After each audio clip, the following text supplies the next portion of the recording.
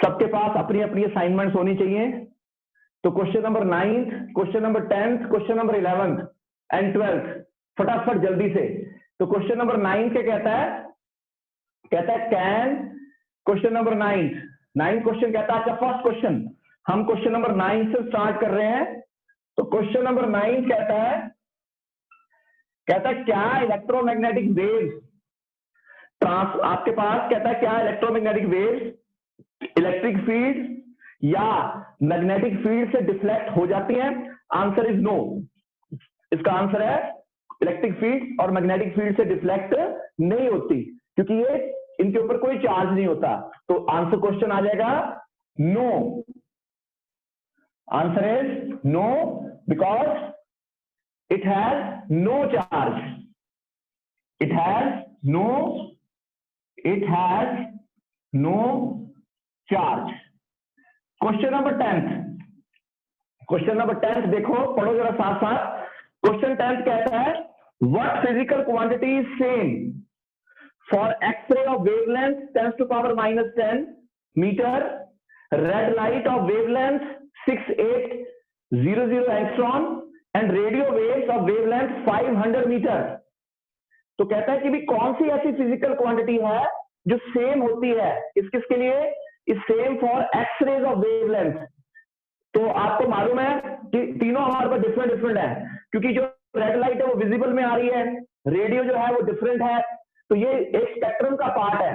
तो ये स्पेक्ट्रम का पार्ट है, तो कौन सी प्रॉपर्टी होती है? हाँ जी, कौन बताएगा इस क्वेश्चन को? मनरीत बताएगी, शबनम बताएगी या जसलीन बताएगी? कौन बताएगा या कोई लड़का बताएगा?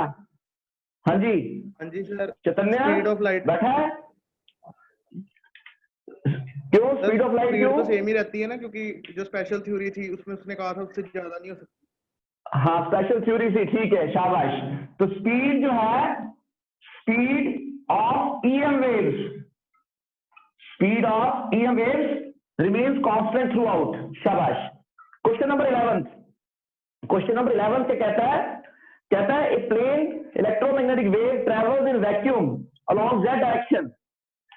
What can you say about the directions of electric and magnetic field vectors? ठीक है, if the frequency of wave is इतने, what is its wavelength? ये तो आसान है, तो आप बता सकते हो कि वो z डायरेक्शन में जा रही है। तो अगर वो z डायरेक्शन में जा रही है तो आप क्या बताओगे कि भी आपके पास जो डायरेक्शन होगी इलेक्ट्रिक फील्ड की, या तो इलेक्ट्रिकल फील्ड जो होगी वो y एक्सिस पे होगी या x एक्सिस पे होगी, या मैग्नेटिक फील्ड जो है दोनों की दोनों परपेंडिकुलर होंगी। तो इलेक्ट्रिकल फील्ड को आप y एक्सिस पे ले लो, मैग्नेटिक फील्ड को आप x एक्सिस पे ले सकते हो। लेकिन एक बड़ी इंटरेस्टिंग चीज जो मैं आपको बताने जा रहा हूं, ध्यान से देखना इस क्वेश्चन को, ध्यान से देखना कि जो पॉइंटिंग वेक्टर होता है इससे हमें पता कैसे चले बेटा। हाँ, ये बहुत इंपॉर्टेंट क्वेश्चन है आज का। This is a very very important question. Question number 11 मैं दोबारा से फिर शेयर करता हूं। तो क्वेश्चन नंबर 11 को देखो। क्वेश्चन नंबर 11 क्या कहता है, अब पता कैसे चले? एक बच्चा कहता है कि सर एक्स एक्सिस पे है, दूसरा कहता है सर नहीं चाहिए तो वाई एक्सिस पे हो सकती है।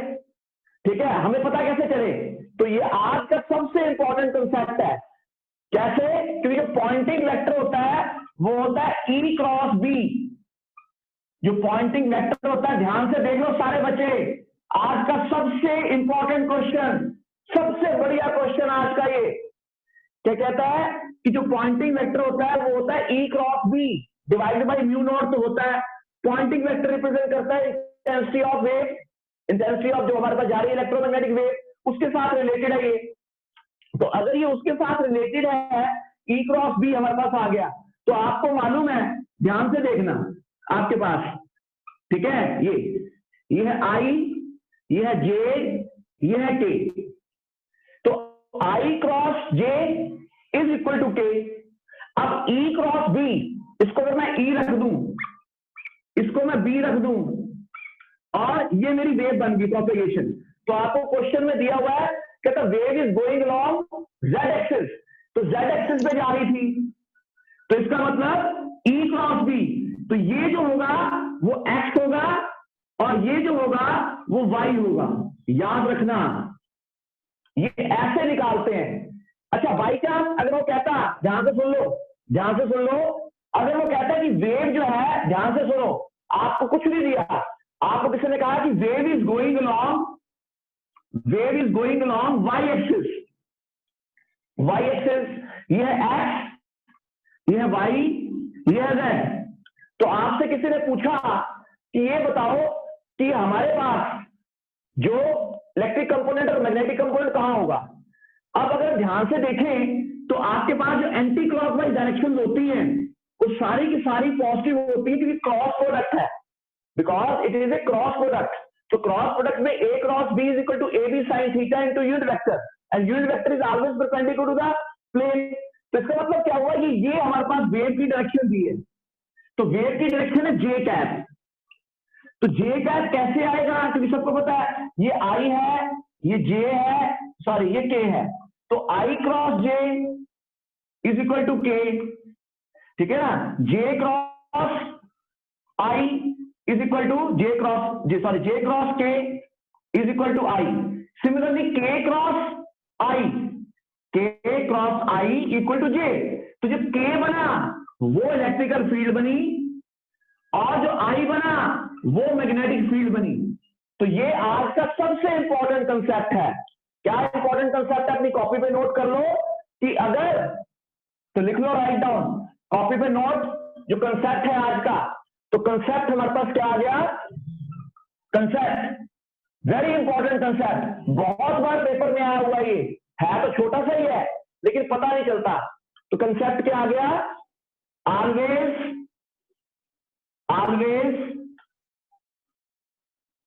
always apply cross product rule, always apply cross product rule। तो क्रॉस प्रोडक्ट रूल का मतलब that is E cross B divide हुआ तो म्यू नॉट की पता ही है, gives you direction of wave, किस डायरेक्शन में जा रही है। तो तीनों में से कोई भी चीज दी हो बाई चांस आपके पास कोई भी चीज दे दी उसने, तो यहां से डायरेक्शन से आप आराम से निकाल सकते हो। तो ये हमारा था क्वेश्चन नंबर 11। अब हम अगला देखते हैं क्वेश्चन। अगला क्वेश्चन क्या कहता है, लेट्स सी, देखते हैं क्या कह रहा है क्वेश्चन, फिर देखते हैं, आगे चलते हैं। क्वेश्चन नंबर, ठीक है, उसके बाद इसमें एक और पूछी है, कहता है the frequency of the wave is इतने, व्हाट इज द वेवलेंथ। ये तो आपको आता है, C is equal to nu lambda, formula लगा देना है, C is equal to nu lambda, और वहां से लैम्डा निकाल लेना है। तो आंसर आपके पास दो पूछी है फ्रीक्वेंसीज आपके पास, तो आपसे पूछी है, उसने वेवलेंथ पूछी है, ठीक है ना। तो वहां से आंसर इसका आ जाता है 10 मीटर। अब आगे चलते हैं क्वेश्चन नंबर 12 पे। क्वेश्चन नंबर 12 कहता है a radio can be tune into any station in the 7.5 megahertz to 12 megahertz band. What is the corresponding wavelength? ये निकाल लोगे, सीधा formula lambda is equal to C by S, ठीक है, lambda is equal to C by S निकालो। तो इसके जो आंसर आ जाएंगे, आंसर आपके पास आ जाएंगे 40 मीटर एंड 25 मीटर। दो आंसर आते हैं क्वेश्चन नंबर 12 के, 25 मीटर एंड 40 मीटर। ये खुद निकाल देना, C की वैल्यू पुट कर देना, इसमें कोई लंबी चौड़ी बात नहीं है, जहां मुश्किल होगा बता दूंगा। क्वेश्चन नंबर 13 कहता है amplitude of the magnetic field part of A harmonic electromagnetic wave in vacuum is इतने, B नॉट दिया हुआ है 510 nano Tesla. What is the amplitude of electric part, इसकी भी कोई जरूरत नहीं है, क्योंकि आपको पता है एम्पलीट्यूड अगर आपने निकालना है तो आपको पता है ये आपके पास फार्मूला आता है, E not by B not is equal to C। ये फार्मूला लगाओ, E not by B not is equal to C, कर सकते हो। क्वेश्चन नंबर 14 क्या कहता है हमारे पास, 14 कहता है कि भी आपके पास दिया हुआ है, कहता है फिगर शोज, ठीक है, एक मिनट जस्ट चेक कर लेता हूं। Question number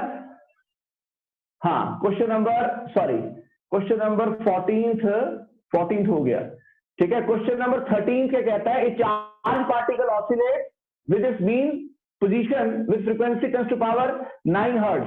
what is the frequency of EM wave produced by the oscillator.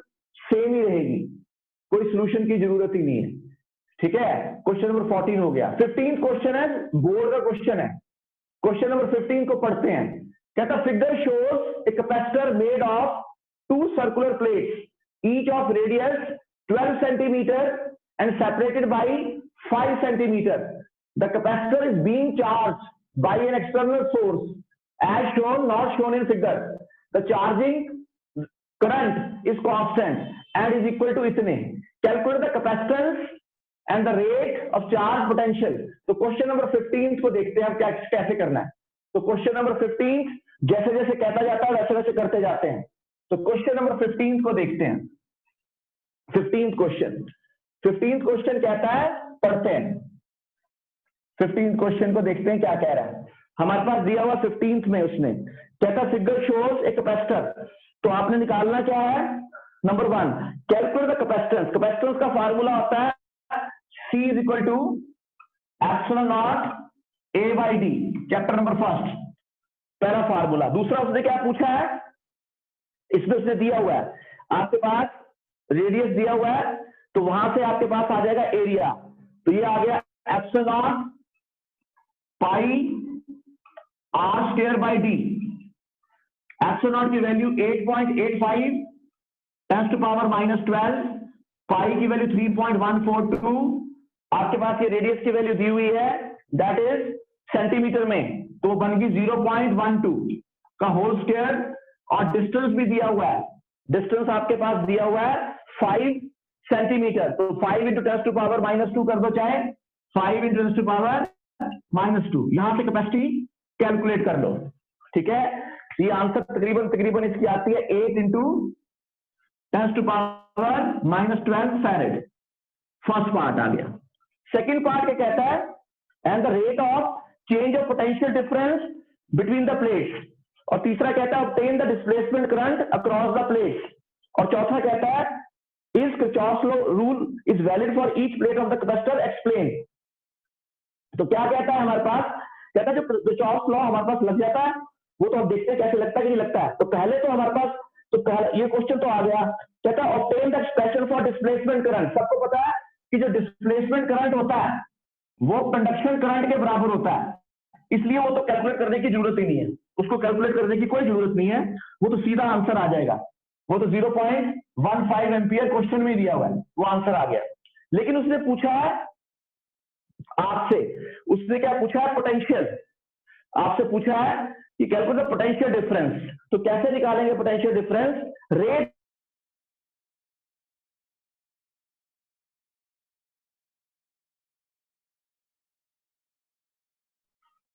Q by C और dV बाई dt डिफ्रेंशिएशन कर दी, वो आ गई 1 by C dQ by dt। But dQ by dt is current by C. अब current की value आपके पास दी हुई है, वो है 0.15 और कैपेसिटी की वैल्यू आपके पास अभी निकाली थी 8 इंटू 10 टू पावर -12।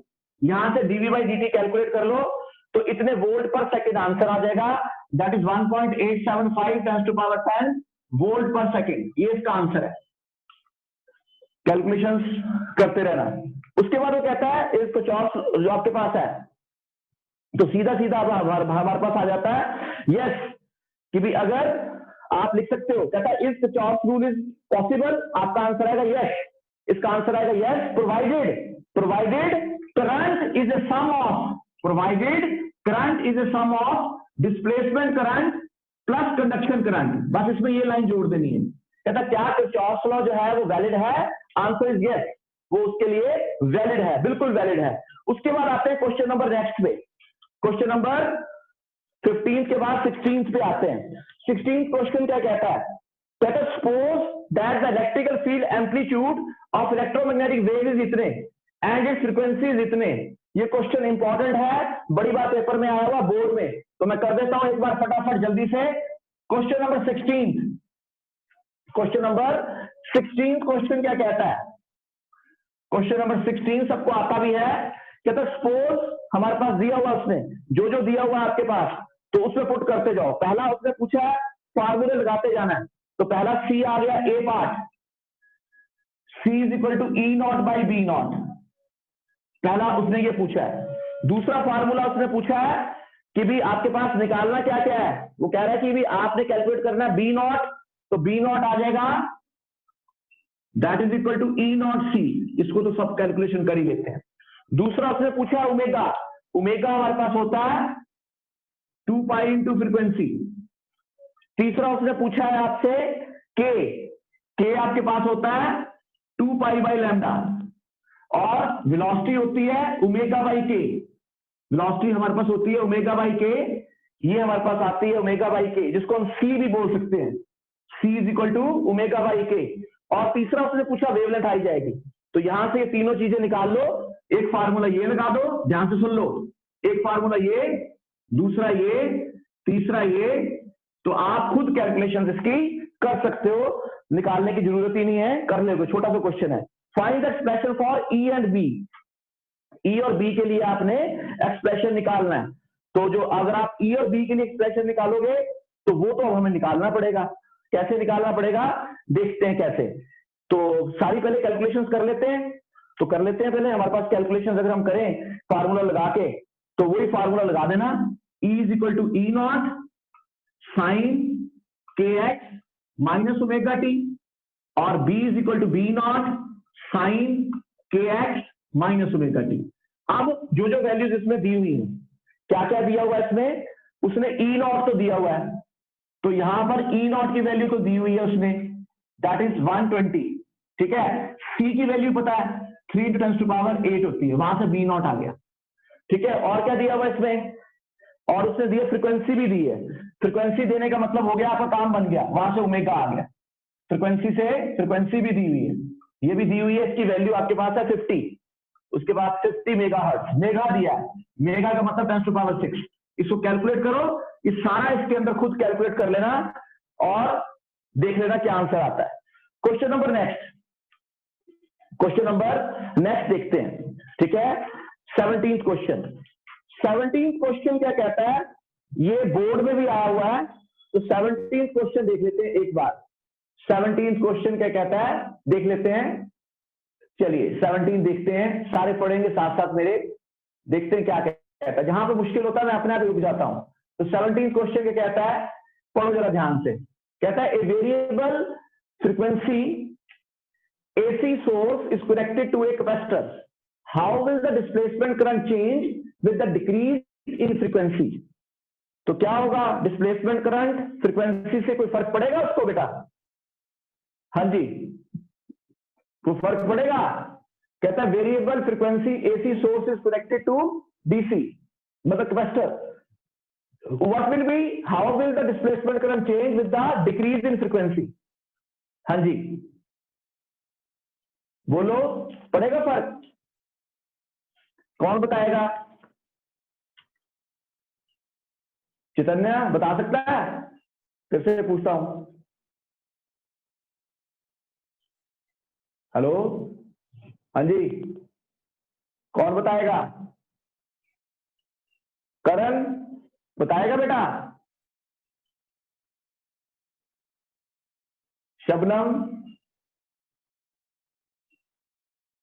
कोई ऐसा बच्चा जो बता सके, सुखजोत, आवाज आ रही मेरी, हेलो, अरे भाई आवाज आ रही है, यस सर आ रही है, यस सर कैसे करेंगे फिर, हाँ बताओ फिर कैसे करेंगे क्वेश्चन, क्या कहता है क्वेश्चन नंबर 17, अगर पेपर में आ जाए 2 नंबर का क्या करोगे, कैसे सर डिक्रीज होगा, हाँ डिक्रीज होगा, कैसे होगा डिक्रीज कैसे होगा, डिक्रीज कैसे होगा, डिक्रीज इस करके होगा, ध्यान से सुनो, डिक्रीज इस करके होगा क्योंकि जो करंट होता है, नोट करो अपनी कॉपी पे, क्वेश्चन नंबर 17, 18, 19, 20 खत्म करवाता हूं अब, तो नोट करो अपनी कॉपी पे, डिक्रीज इसलिए होगा क्योंकि जो करंट होता है, ध्यान से देखना, करंट होता है वो होता है वोल्टेज ओवर रेजिस्टेंस, कैपेसिटर के केस में जो रेजिस्टेंस होता है वो होता है XC, तो ये बन गया 1/C ओमेगा हमारे पास, तो 1 बाई आपके पास XC वैल्यू आ गई, क्योंकि आपके पास V is equal to I R. तो जब अगर आप इसको करोगे तो क्या क्वेश्चन क्या है, क्वेश्चन हमारे पास है कि with the decrease in frequency आपके पास क्या होगा, जो फ्रीक्वेंसी, क्योंकि एक्ससी जो है, ध्यान से देखना, एक्ससी जो है वो है 1/c ओमेगा, वो बन गया 1/c इंटू 2πs। तो जैसे फ्रीक्वेंसी घटी एक्ससी इंक्रीज हो गया, एक्ससी इंक्रीज हो गया। अगर एक्ससी इंक्रीज हो जाए तो हमें मालूम है कि जो करंट है वो होता है वोल्टेज अपॉन एक्ससी। तो एक्ससी अगर ये घटी, ये बढ़ा, ये घटा, इसका मतलब current decreases with the decrease in frequency. Note कर लो अपनी कॉपी पे, current decreases with the decrease in frequency. Next question, question number next 18, ठीक है। क्वेश्चन नंबर नेक्स्ट देखते हैं क्या कहता है, उसको भी खत्म करें। 17 हो गया, 18 कहता है हमारे पास, कहता है कि भाई ए लेजर बीम हैज इंटेंसिटी इतने, आपके पास दी हुई है। क्वेश्चन नंबर 18 क्वेश्चन कैसे करेंगे अब हम, 18 क्वेश्चन नोट कर लो कॉपी पे। 18 क्वेश्चन इंपॉर्टेंट है ये भी। कहता है laser beam has intensity I दी हुई है, इंटेंसिटी दी हुई है, ये आता है सबको वैसे 2.5 into 10 to power 14, 2.5 into 10 to power 14 watt per metre square, watt per metre square. Find the amplitude of electric and magnetic field in the beam. आपने इलेक्ट्रिक और मैग्नेटिक फील्ड की वैल्यू निकालनी है। तो सीधा सीधा फार्मूला आपको मालूम है कि आपके पास ये तो फार्मूला करवाया भी था आपको, that is equal to I is equal to half epsilon not E square C, पढ़ा सबने, ये इंटेंसिटी का फार्मूला होता है। और इसको लिख सकते हैं that is half epsilon not E not by √2 square C, क्योंकि आरएमएस आती है हमारे पास, ये वैल्यू आ गई।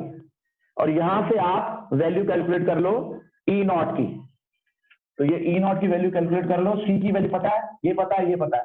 उसके बाद फार्मूला लगा दो B not is equal to, क्योंकि C is equal to E not by B naught, वो फार्मूला लगा के बाद में कैलकुलेट कर लो।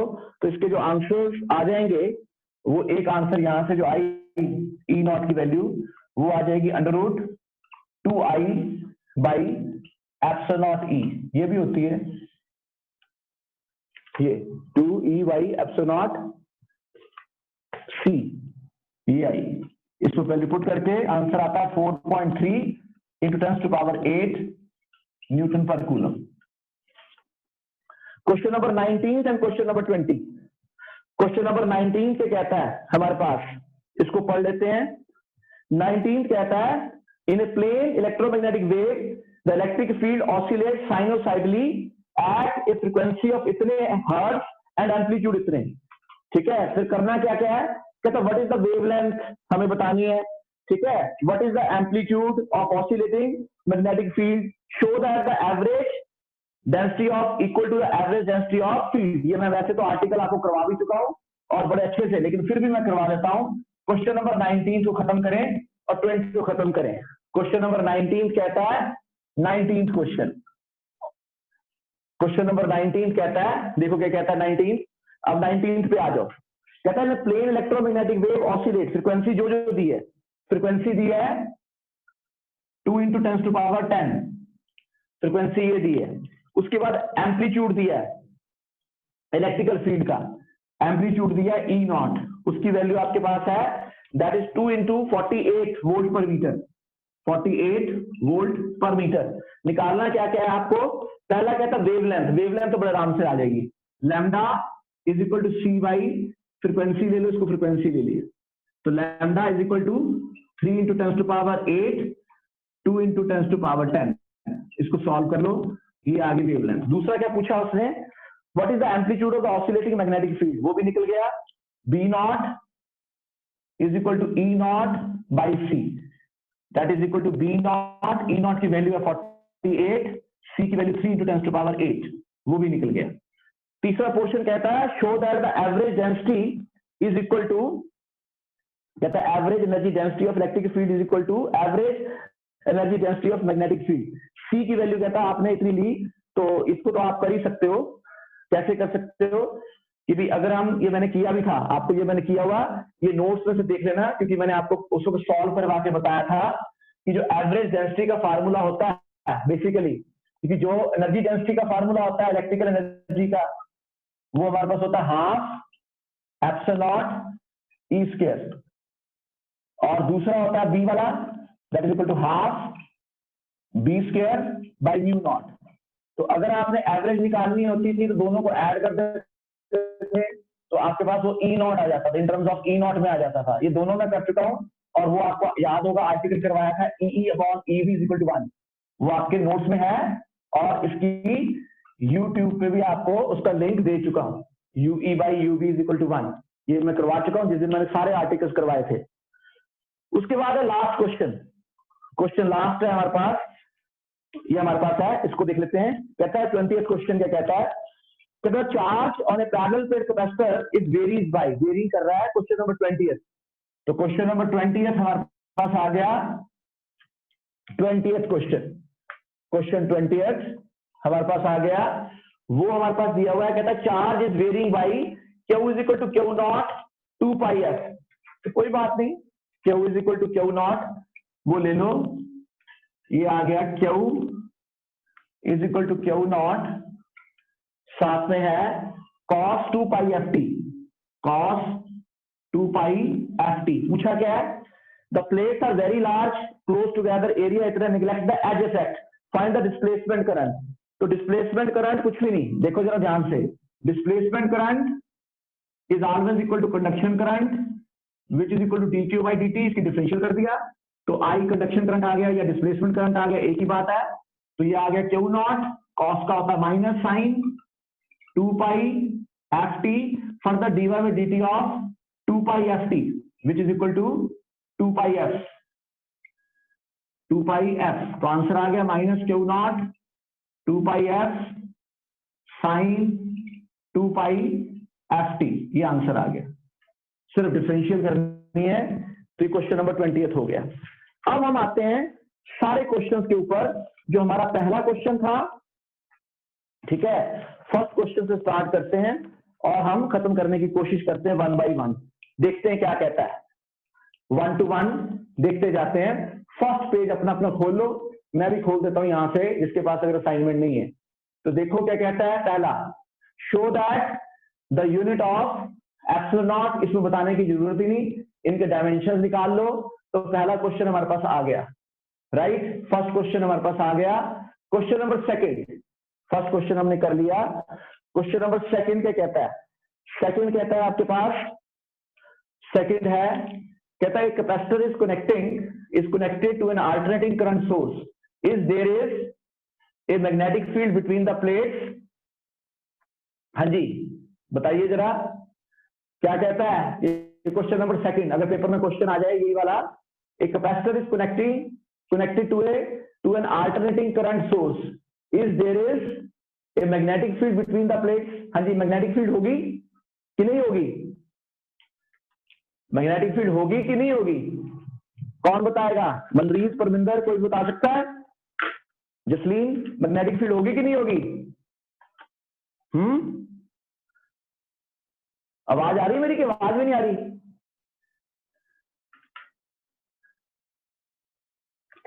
आवाज आ रही है? हाँ जी सर, आ रही है। हाँ हाँ, क्या आंसर आएगा फिर इसका? चल तू ही बता, जो बोलेगा वही फंसेगा। हाँ बताओ, क्या मैग्नेटिक फील्ड होगी? Answer is yes. लिखो, write down answer, yes, answer is yes.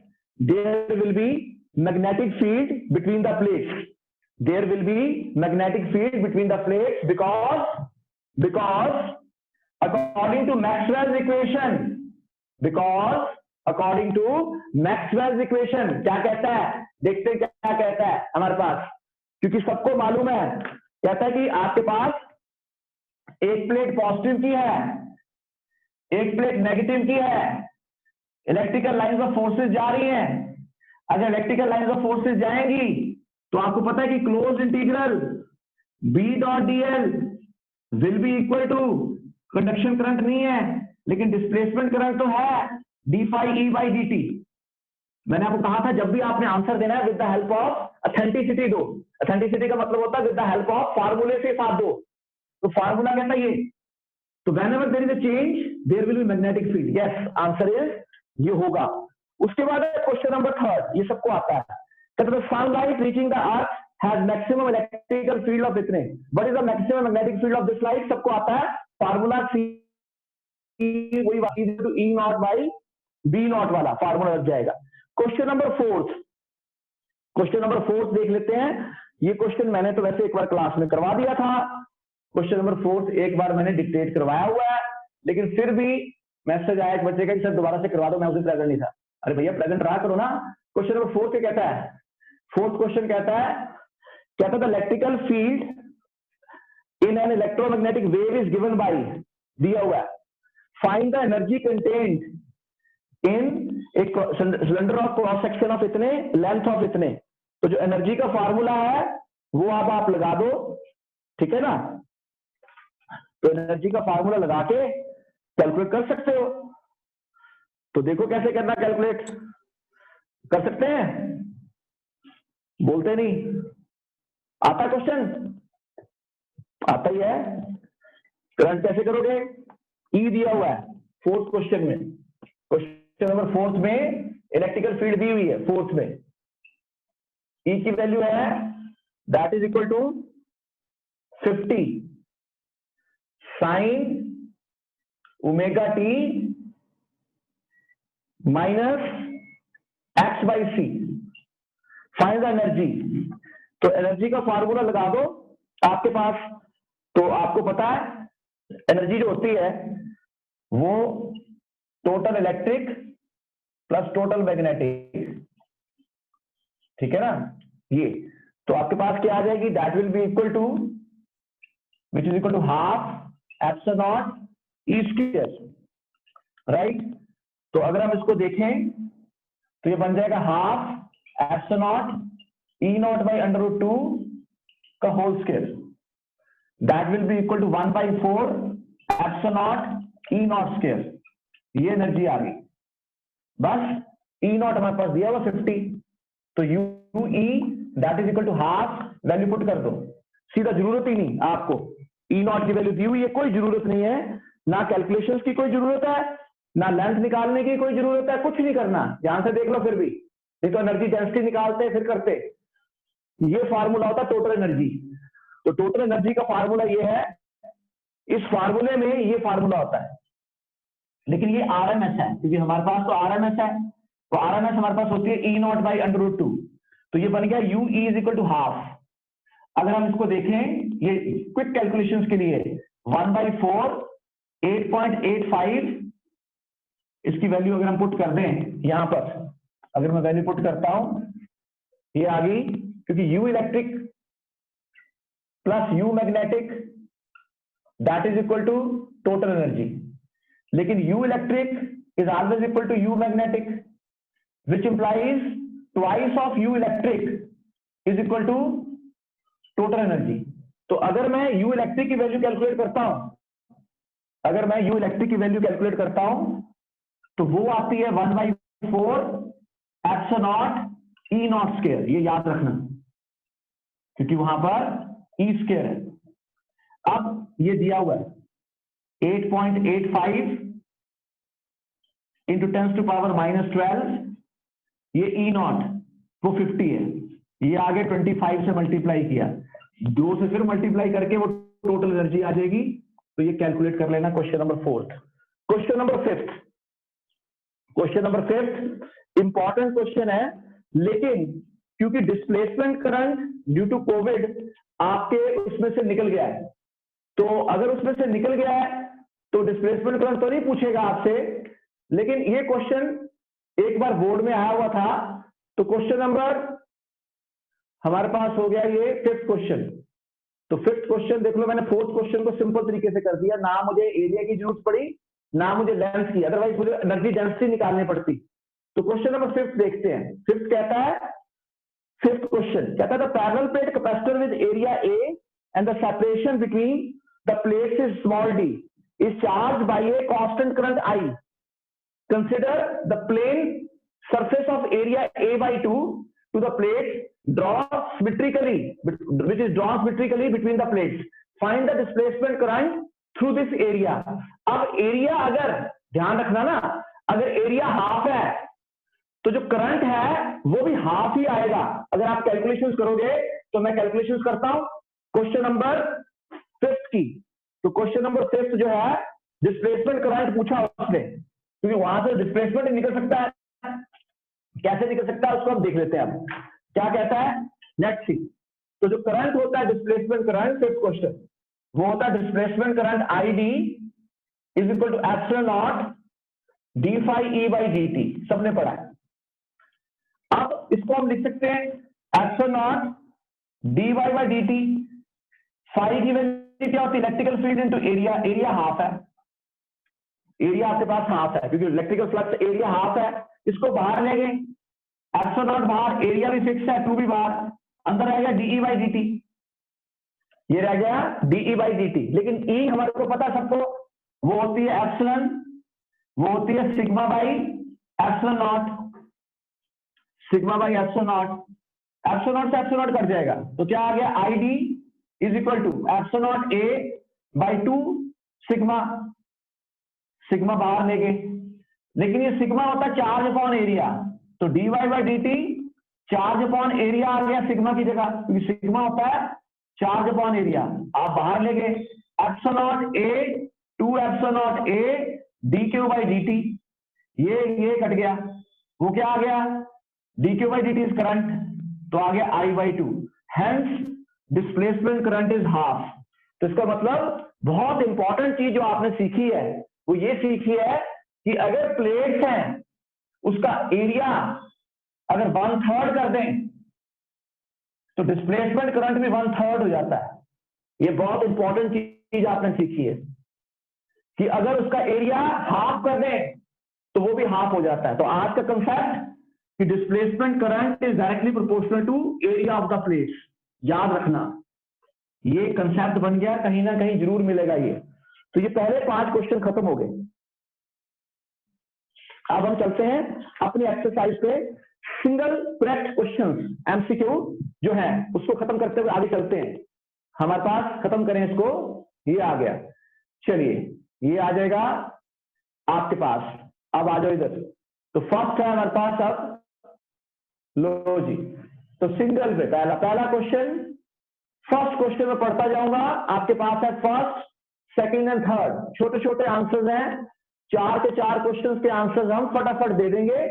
आपके पास मैंने खोल दी लाइंस, अब आप करते जाएंगे. पहला क्वेश्चन, क्वेश्चन नंबर फर्स्ट कहता है 1 requires 1.1 electron volt of energy to dissociate a carbon monoxide molecule into carbon and oxygen atoms. The minimum energy of the approximate electromagnetic radiation to achieve of this dissociation lies in. तो बेटा जी पहले तो याद रखना, आप देखो मैंने आपको कल जो इलेक्ट्रोमैग्नेटिक स्पेक्ट्रम बताया था और मैंने कहा था कि बेटा इसमें जब इन क्वेश्चंस को अगर आपने करना है तो 3 चीजों के बारे में पता होना जरूरी है. एक हमारे को पता होना चाहिए वेवलेंथ, दूसरा हमें पता होना चाहिए फ्रीक्वेंसी, तीसरा पता होना चाहिए एनर्जी. उस वक्त तो बच्चों को लग रहा होगा, कईयों ने जिन्होंने एब्सेंट मारी होगी छुट्टी, उनको लग रहा होगा कि ये क्या यार, ये तो सिंपल सी बात है. लेकिन हमारी लड़ाई है 100 में से 100 नंबर लेने की. तो अगर 100 में से 100 नंबर लेने हैं तो उसमें अब 1.51 इलेक्ट्रॉन वोल्ट जो लाई करता है वो लाई करता है अल्ट्रा वायलेट रेंज में. तो इसका आंसर आएगा अल्ट्रा वायलेट रेंज. कैलकुलेशंस की कोई जरूरत नहीं है क्योंकि हमें पता है. क्वेश्चन नंबर सेकंड क्वेश्चन क्या कहता है, if E and B. Question number second तो आंखें बंद करके सारे बच्चे कर सकते हैं, शक्ल ही पता चल रही है. कहते हैं the direction of propagation of electromagnetic wave is along. अभी तो बता के हटाऊं, ई क्रॉस बी. इससे बढ़िया क्वेश्चन हो नहीं सकता जो हमने सबसे पहले लिया था. इसकी ऑप्शन आ जाएगी डी पार्ट. तो साथ साथ क्वेश्चन नंबर सेकंड की ऑप्शन आ गई डी पार्ट. उसके बाद आया क्वेश्चन नंबर 3. क्वेश्चन नंबर 3 क्या कहता है, थर्ड क्वेश्चन कहता है the ratio of contribution. Third question कहता है the ratio of contribution made by electric component and magnetic component to the intensity of EM waves. अभी तो पता है कि जो EM waves होती हैं उसमें जो एनर्जी होती है जितनी इलेक्ट्रिकल फील्ड की होती है उतनी ही एनर्जी मैग्नेटिक फील्ड की होती है, दोनों का सम बनती है टोटल। तो दोनों की कॉन्ट्रीब्यूशन क्या है? 1:1। तो आंसर आ जाएगा 1:1। तो option is C part. Third की ऑप्शन आ गई सी पार्ट। फोर्थ क्वेश्चन आपके पास खुला हुआ है। फोर्थ क्या कहता है? फोर्थ कहता है light with an energy flux of 20 क्या कहता है? 20 watt per centimeter square falls on a non-reflecting surface at normal incidence. If the surface area is इतने, the total momentum delivered for complete absorption during the 30 minutes. ये question important है, इसको अब हम करने लगे हैं। क्वेश्चन नंबर 4 के लिए कंसेप्ट नोट करो सारे बच्चे अपनी कॉपी पे। क्वेश्चन नंबर 4 के लिए कंसेप्ट क्वेश्चन नंबर 4 के लिए write down the concept number 1। Concept number 1 लिखो जी। पहला सीपीवी नंबर 1। सीपीवी नंबर 1 क्या लिखोगे? लिखो the electromagnetic waves carry momentum. The electromagnetic waves carry momentum. The electromagnetic waves carry momentum. Therefore, they must have pressure. Therefore, they must have pressure. If the pointing vector is denoted by S,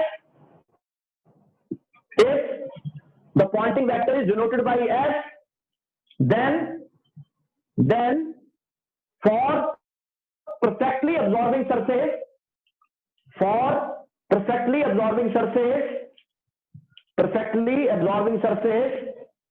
the pressure is given by E by C. Delta P is equal to E by C या S by C। लेकिन ये तब है अगर perfectly absorbing, मतलब light आई और वो reflect नहीं हुई, देयर इज नो रिफ्लेक्शन, तब तो फार्मूला ये आ गया। अगर लाइट रिफ्लेक्ट हो गई हमारे पास, तब जो है ये आ गया इसके लिए दूसरा। अगर लाइट पड़ी सरफेस पे और वो रिफ्लेक्ट कर गई ऐसे, तब delta P is equal to 2s by C भी होता है या 2e by C. 2e by C dimension देख सकते हो आप। एनर्जी ml t-2 lt-1, इसको ऊपर ले जाओ, ये बन गया L ml t-1, ठीक है ना। तो उसको ऊपर चला जाएगा -1 में वैल्यू, तो कैलकुलेट कर सकते हो। अब क्वेश्चन देखते हैं आपका। तो क्वेश्चन देखते हैं। तो क्वेश्चन नंबर है 4th, ठीक है। तो 4th में क्या आ गया हमारे पास? दिया हुआ है, क्या दिया हुआ है? For perfectly non reflecting. तो पूछा क्या उसने पूछा है तो टोटल मोमेंटम डिलीवर्ड, मोमेंटम, ये मोमेंटम है, वो प्रेशर नहीं है, मोमेंटम है, याद रखना। तो total momentum delivered is equal to energy by C, E by C. तो जो ई है वो दिया हुआ है, ई आपके पास है, ई की वैल्यू वो दी हुई 20 वॉट पर सेंटीमीटर, लेकिन एरिया भी दिया हुआ है वॉट, क्योंकि वो दिया हुआ है आपके पास वॉट पर सेंटीमीटर स्क्वायर। ये बन गया पावर अपॉन एरिया। मुझे तो एनर्जी चाहिए, ये होती है energy per unit area per unit time. तो ये बन जाएगा E will be equal to 20 into आपके पास 30 दिया हुआ है, 30 इंटू टाइम आपके पास दिया हुआ है 30 मिनट्स, ठीक है। तो आपके पास आ जाएगा ये for complete absorption during the 30 minutes. तो 20 इंटू 20 30 आ गया। तो आपके पास ये दिया हुआ 30 मिनट के लिए 30, ये इसको सॉल्व कर लो। 30 एरिया दिया हुआ है 30, यस। इधर देखो, ये देखो क्या क्या दिया हुआ है, ध्यान से देखना। आपके पास दिया हुआ फ्लक्स, एनर्जी फ्लक्स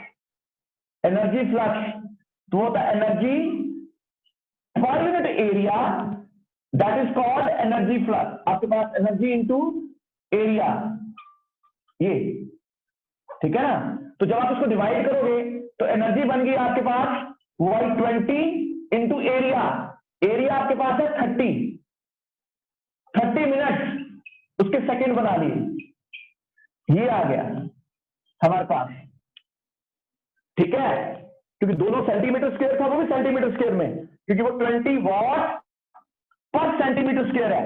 एरिया भी 30 सेंटीमीटर स्क्वायर है। तो जब आप इसके साथ मल्टीप्लाई करोगे, वो एरिया, ये हमारे पास इसके वो कट जाएंगे, डायमेंशंस कट गए, 10 ऊपर -2 नीचे से कट गए, तो ये आ गया एनर्जी। सी की वैल्यू हमें पता है 3 × 10⁸। इसको सॉल्व कर लो तो इसकी जो आंसर आता है वो है हमारे पास, फोर्स का आंसर आता है बी पार्ट। फोर्स का आंसर आता है बी पार्ट। इसको कैलकुलेट कर लेना, फोर्स का आंसर आ जाएगा बी पार्ट। तो ये जब वैल्यू पुट करोगे, सी की वैल्यू पुट कर देना, ये आंसर आ जाएगा बी पार्ट। दोबारा से देख लो, मोमेंटम डिलीवर्ड। प्रेशर अगर पूछा हो तो प्रेशर भी ऐसे निकल जाता है, क्योंकि आपके पास वो फोर्स अपॉन एरिया होता है। तो प्रेशर अगर पूछा है P, फोर्स अपॉन एरिया होता है। तो जब आपने फोर्स लेना है, फोर्स होता है dt/dt, rate of change of momentum with respect to time t upon area, that is equal to force. तो किसी न्यूमेरिकल में फोर्स पूछी होगी, शायद इसमें होगा एक क्वेश्चन है। क्वेश्चन नंबर 5, 6, 7 और 8। उसके बाद ये असाइनमेंट हमारी आज खत्म होगी। I have done my duty, अब बाकी काम अब आपका रह गया। क्वेश्चन नंबर, चलते हैं अब इस पे, अब नेक्स्ट क्वेश्चन पे चलते हैं, क्या कहता है। तो ये हमारे मोर देन 1 क्वेश्चन पे आ जाओ। क्वेश्चन नंबर 5, 6 और 7 सिंपल क्वेश्चन है। 5th क्वेश्चन क्या कहता है, ए प्लेन इलेक्ट्रोमैग्नेटिक वेव, इसमें more than 1 correction is correct. A plane electromagnetic wave propagating along x direction can have the following pairs E and B। तो अगर x direction में है, अभी तो बता के हटाऊं, क्या आंसर आएगा इसका विवेक, 5th का? विवेक, यस सर। हाँ क्या आंसर आएगा 5th का? सर बी लग रहा है। इसका आंसर आएगा बी, बिल्कुल ठीक है।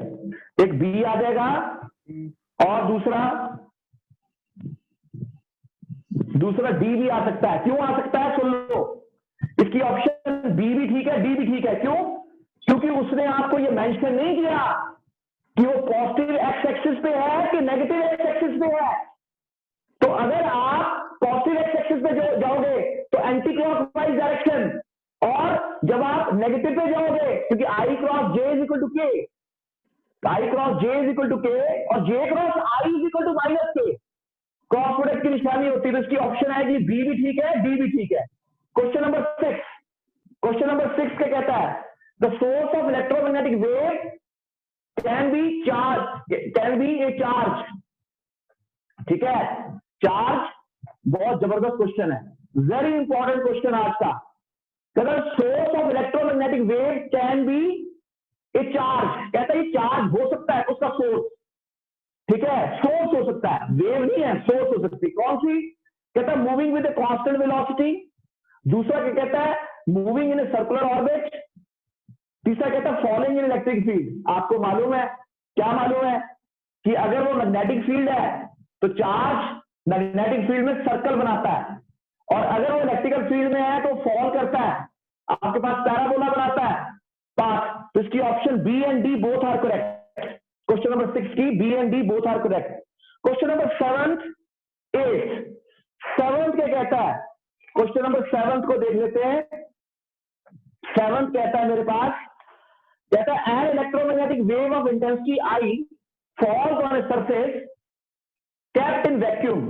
क्वेश्चन नंबर 7 है, यहां पर है, electromagnetic wave of intensity I on a surface falls in vacuum and exert radiation pressure P on it. Radiation pressure निकालता है, लगाता है, कहना which of the following are true.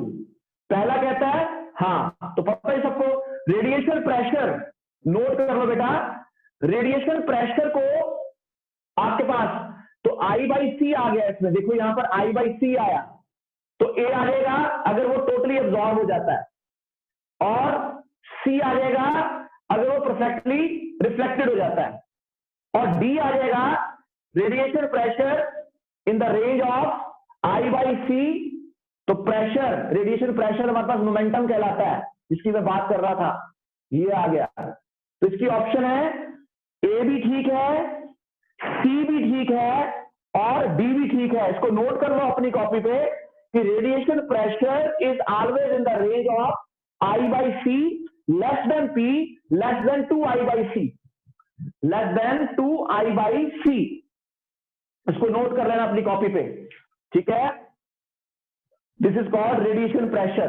तो रेडिएशन प्रेशर का फार्मूला ये है, मोमेंटम को बोलते हैं रेडिएशन प्रेशर। तो नोट कर लो, रेडिएशन प्रेशर का formula I by C E cross B, और मोमेंटम जो है वो एनर्जी बाई सी होता है।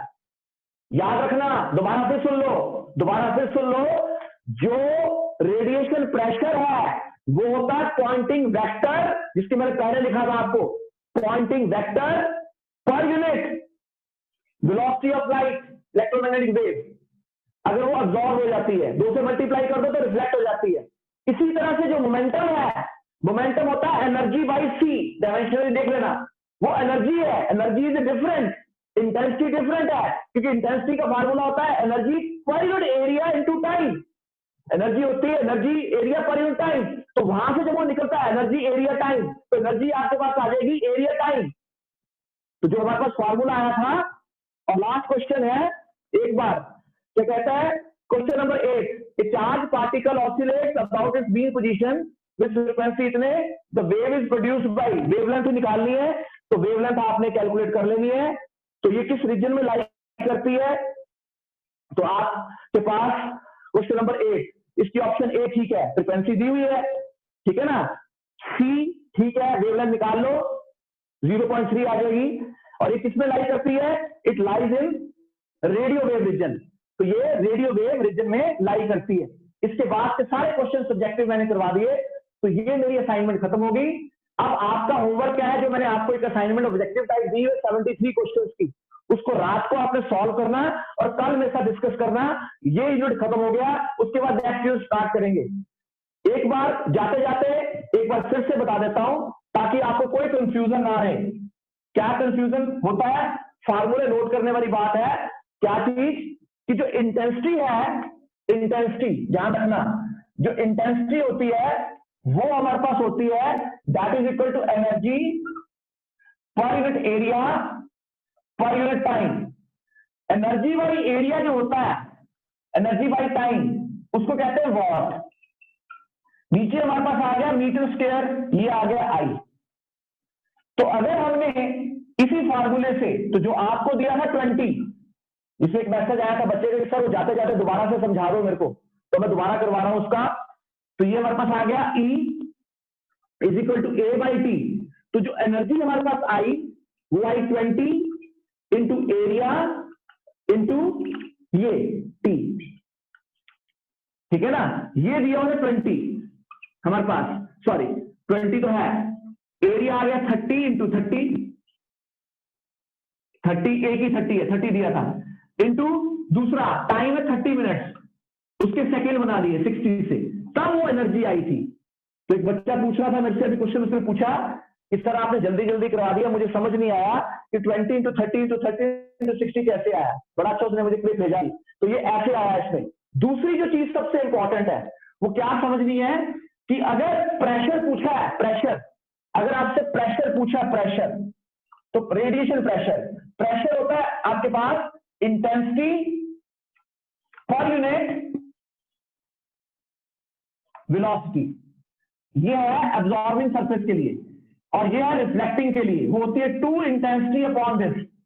और अगर आपके पास मोमेंटम पूछा है, मोमेंटम, अगर आपके पास मोमेंटम पूछा है, तो जो मोमेंटम है उसके लिए फॉर्मूला नोट कर लेना, वो होती है E बाई सी, और रिफ्लेक्टिंग के लिए होती है 2E बाई सी। तो ये दोनों कभी भी कंफ्यूज नहीं होना, ये प्रेशर है, ये प्रेशर है और ये मोमेंटम है।